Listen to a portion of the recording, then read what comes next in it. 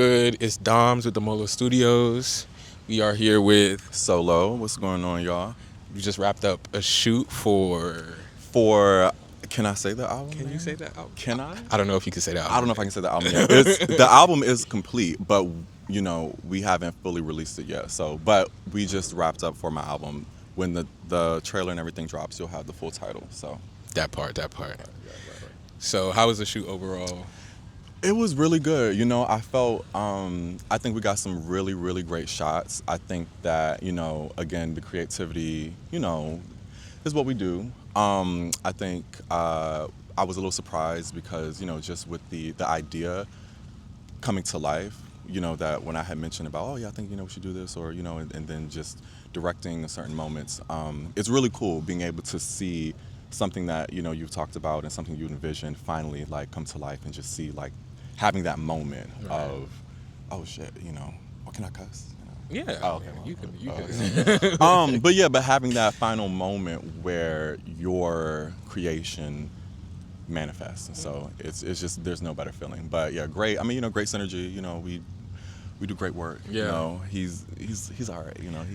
I mean, you heard it first, man. No, you stop. Is good. I mean, I quality is always my biggest thing. Mm-hmm. Quality, creativity, innovation, and just great spirits. And so it makes sense. With the Molo Studios. So. Right. So this is a sophomore album. Yes. Right. Yes. Well, technically, this is a debut, but Okay. I mean, I did an EP, but like this is technically like this is more an evolved project. Like I spent a lot of time Okay. working this project. I think with my EP, I just wrote some songs, tried some different sounds, did what felt right and just put it out. But this time around, I really wanted to take my artistry seriously, take my music serious. And I went in the lab and I cooked. And from what I can tell, I did some, some taste testers, Right. because I think sometimes as artists, creators, we can spend time working on our craft and, refining it, honing it.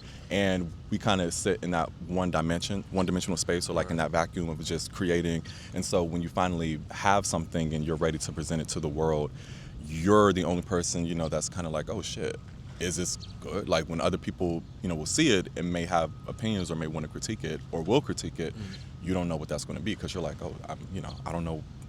It could be good, it could be bad, that's art. But when you have people who are giving you a thumbs up across the board, I think, Yeah, and that's actually a good point that you bring up. Like, especially as a creative, like, what would you say kind of helps you with that kind of balance of, I made this, I think it's good, but like, I don't know if I'm just biased, or it's like, how do you get that objective perspective per se? I'm gonna be real, honestly, I think you have to be a little real with yourself. Like, part of it is having that delusion, yes, but you have to be, the delusion part is when like you trust yourself to know that, what, this is good, like there's a little bit of, objectivity and subjectivity that plays at hand, right? Like objectively, I think you can look at something or hear something and say, this is good, Right. It may not be fully refined, fully polished, it may not be perfect, but taste, that's what it is. Okay. When you have taste and you know that, hi, No. no, Oh, Okay. Got you. all right, thank you. Oh, Yeah, they just kicked us out for real. I don't know what's going on, but it's alright though. Anyways, to do a lot of the things that we do, you definitely have to have an eye. You have to have taste, and the thing is that taste is also subjective. it is, Right? true, yeah. So, But the thing is, I feel like taste is subjective, yes, but I feel like there is also some relative objectivity, because I feel like it's kind of like, like you can say, oh, this is a good song, or like this plate of food or like this whatever is good. Right. Is it to my, like, would this be something that I personally would, indulge in? No. right. Not. But you can agree that this is good. So what I'm hearing is like kind of like authenticity plays into Right. the taste, and Yes. like knowing that, all right, this is my taste. This is something that is meant for me per se, as Right. opposed to, I guess, the objective like baseline. Right. This is a good piece of work. Da da da da. Right. But then there's a little bit more nuance that comes with Right. that. Okay. Exactly. With artists, Yeah. I feel like you can't necessarily say like I feel like you can say, oh, this is like objectively a good artist. You know, if you look at them overall in terms of commercial success, cultural impact, you know, just them being good, making good music, you can say like, yeah, I can't take that away from them. But do I listen to them, or you know, are they more so my speed? Right. No, you know. Of But course. I yeah, mean, like, not everybody's going to be your cup of tea. right, exactly. Yeah. And like, kind of like on those lines too. I know you just recently moved up to New York. Yes. This project is kind of like, or and correct me if I'm wrong, it's kind of like taking a little bit of a turn from what you were doing previously. Yeah, you mean with music? Yes, Or like, yes. Yeah.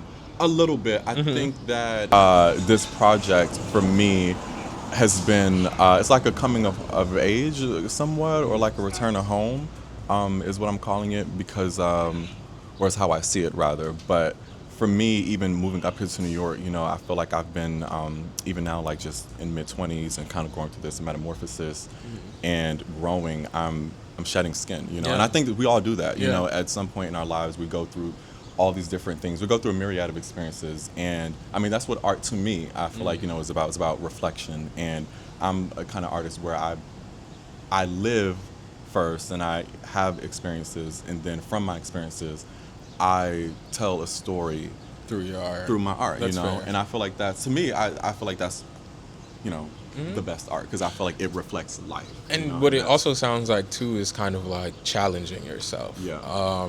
Putting yourself in uncomfortable situations. Mm-hmm. Like, how do you think that has propelled your work with this project? Yeah, I think there's no comfort in growth. You know, you have to, unfortunately, for better or for worse, you know, you have to put yourself in uncomfortable situations in order to grow. Right. And you may not recognize it at first, or you may not feel it at first, but when you continuously do things that challenge you, or you know, you sit in that discomfort, you do grow. And you get maybe, you know, 3 months, 6 months, a year from now, you know, you're able to look back and say like, wow, actually I'm glad I did that, you know, because had not did that, I wouldn't have gained all these new experiences, perspectives. Exactly. And you know, and then that adds to, you know, the art, and it you know, broadens your horizon, and you know, reshapes your worldview. So how do you take like that sense of uncomfortability and the experiences and things like that? How do you Yeah. take all of that to not only make your sound unique to you, but also, you know, in an industry where it is saturated, how do you stay true to that message that you're trying to give? Actually, as a matter of fact, before we get into that, if you could say like one message that would cover like all of your work, Yeah. like when your listeners hear when your listeners hear your music, what is the message that you're trying to send to them? The message that I'm trying to send is just truth and authenticity. I think in life we are constantly searching for something. And even myself, I think it's even why I moved to New York. You know, I feel like even within my spirit, there's something I'm like searching for. Right. But not to sound cliche or corny, but I do believe that the things you are looking for are within. Okay. And for me, I realize that it's always, I feel like every day there's a new thing I'm learning, unlearning, discovering about myself that might have come from, you know, childhood, that might have, you know, just might have been, you know, 2 days ago. You know, I feel like we're always evolving, and that's the part of humanity that I love the most. I'm just an advocate for humanity, and I feel like our humanness is what I think makes our experiences so rich, you know, because that's life. There's so much beauty in life, you know. There are the good days, the bad days, the ugly days, you know, but like that's life. Life isn't always, it's not one thing. Life be life. Life be life. And that's honestly, I feel like the biggest lesson that I'm currently learning in this period of my life is that life is just going to do what it does, you know, but I feel like the beauty in it is, you know, is just seeking truth, you know, knowing who you are and stepping into that power so that you can give the world and give others the best of yourself, you know, because when you feel your best self and you are your best self, you're able to give your best self. The message is, you know, be yourself, be authentic, you know, seek truth, seek freedom, seek joy, peace, comfort, also discomfort, you know, that's how you grow. And yeah, just be you. Okay. All right, now who is your dream collab? If you could work with anybody right now, they was like, "Yo, Solo, we need you on a song." Who would you want it to be? One, just one. I can't Just have. one. Just one. Don't get greedy. I'm gonna have to give it to Destin Conrad. Okay. We actually met a few times before. Okay, We copy. did. He's very sweet. Does he know that he met you? Damn. No, y'all. So he tried to tug on my wig a little bit like that. Hold on, wait a minute. No, I mean, yes or no? um probably not. I think he makes great music. I've been following him since his Vine days. I think everybody has. That's how he kind of got to start. What about Destin? Do you feel like kind of resonates with you? I think Destin makes great R&B. Like that's real tea. I feel like he does. He makes great music, great R&B. I think he's a great writer. He's a student of Brandy, Okay. which I also am a student of Brandy. I think there's something. My favorite thing about songwriting and creating music in general is vocal production. Okay. And I feel like if you really enjoy singing or you really enjoy making R&B music, Brandy is going to be, Yeah. like she's going to be somewhere in that study book, in that guidebook. And I feel like Destin also, he makes music that just resonates with me, with the community. What community? Let God be true quickly. Oh, about shut time. No, Right. no, That one. right. No, but he made music for the gays. No. But I think Destin is really he's taking it. He's really taking off and representing us. I think in a great way. And I mean the music, the talent is there. And I feel like I'd love to write a song for Destin. I actually had some ideas. Some demos, some rough drafts I've had that I've catered to Destin, but I've never got it to him. But that would be a dream collab. One thing I do want to know: what's your favorite lyric My favorite lyric from one of your songs? That's. Let me see.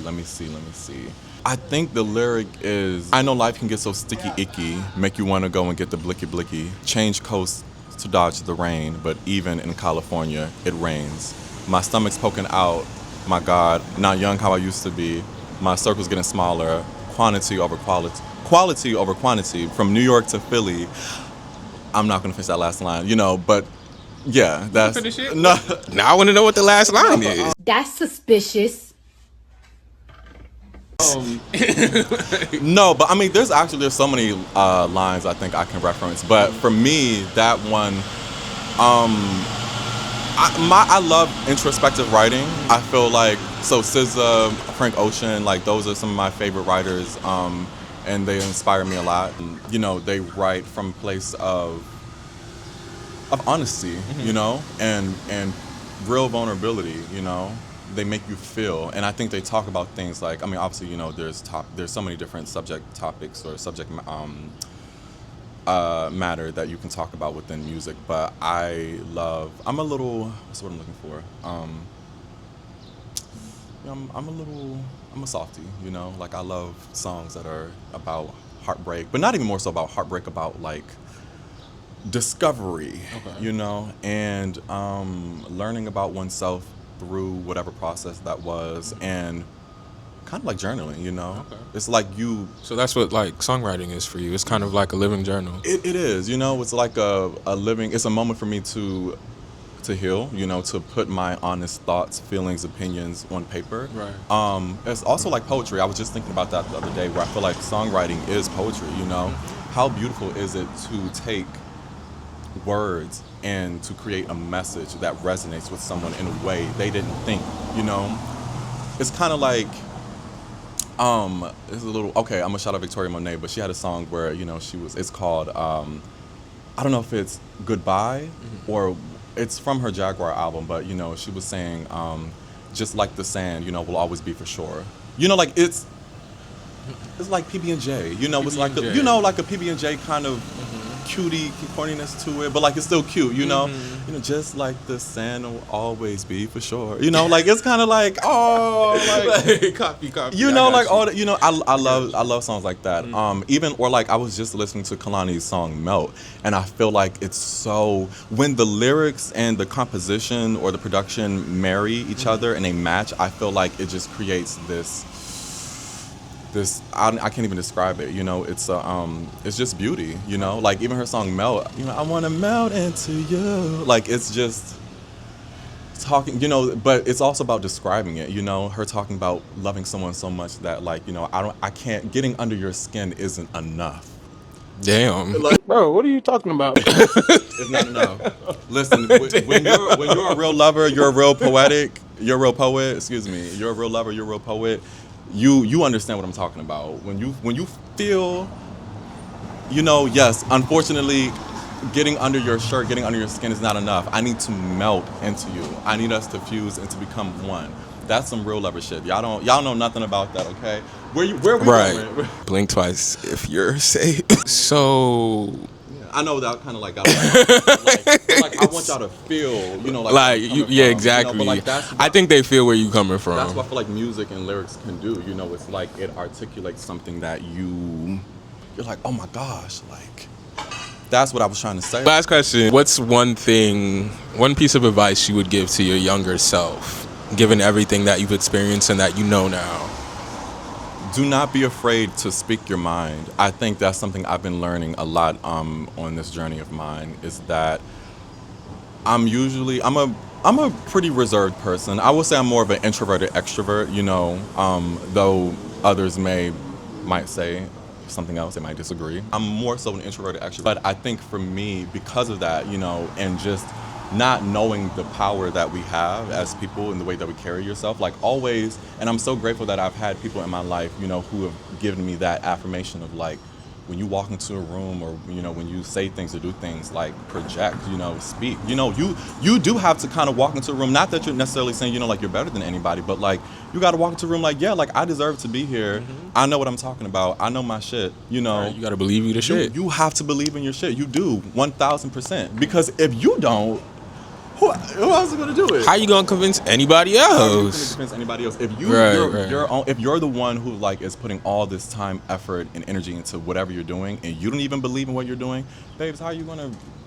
Why should I? You know. So I think that confidence, just Right. when people, they can see that, when they see that, like, oh, like even if you may be faking it, or like, or even if you may not have everything together, and you really may not know exactly what you're doing, I think that you have to always carry yourself in that, you know, that way, because yeah, you move with power, and I think that's a good thing, or it can be a good thing. So yeah, I would tell myself, you know, when I walk into I don't get Oh, right, yeah, exactly. no, but yeah, like I was talking about, because when I was younger, I didn't really I didn't know that, and I didn't have that power, because you know I was timid, I was shy. But now I've had situations where, you know, I had to advocate for myself in a lot of situations, and I'm like, you know what?